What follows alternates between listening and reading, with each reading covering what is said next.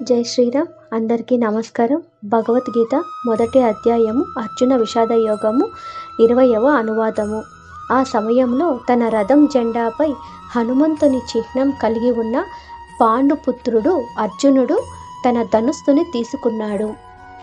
సమరానికి ఎదురుగా నిలిచి ఉన్న మీ పుత్రులను చూసి, ఓ రాజా, అర్జునుడు శ్రీకృష్ణుడితో ఇలా అన్నాడు.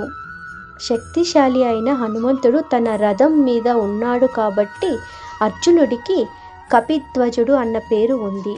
దీనికి ఒక పూర్వ వృత్తాంతం ఉంది. ఒకసారి అర్జునుడు విలువిద్యలో తనకున్న ప్రావీణ్యానికి గర్వపడి శ్రీరామచంద్రుని సమయంలో వానరములు భారతదేశం నుండి లంకకు సేతువుని నిర్మించడానికి ఎందుకంత కష్టపడ్డారో తనకు అర్థం కావడం లేదని శ్రీకృష్ణుడితో అన్నాడు.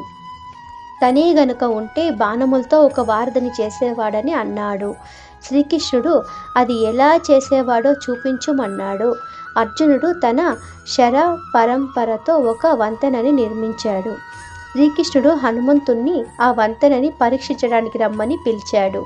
హనుమ దానిపై నడవటం ప్రారంభించగానే ఆ వంతెన కూలిపోవటం మొదలైంది. తన బాణాలతో చేసిన వారధి రాముని అపారమైన సైన్య బరువుని తట్టుకోలేదని అర్జునుడికి అర్థమయ్యింది. మరియు అర్జునుడు తన తప్పుకి క్షమాపణ వేడుకున్నాడు. అప్పుడు హనుమంతుడు అర్జునుడికి ఎప్పుడూ తన ప్రావీణ్యం చూసుకొని గర్వపడొద్దని హితువు చెప్పాడు.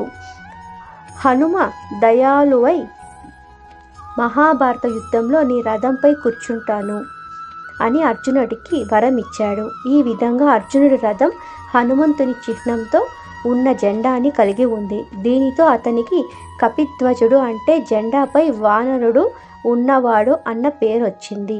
జై శ్రీరామ్.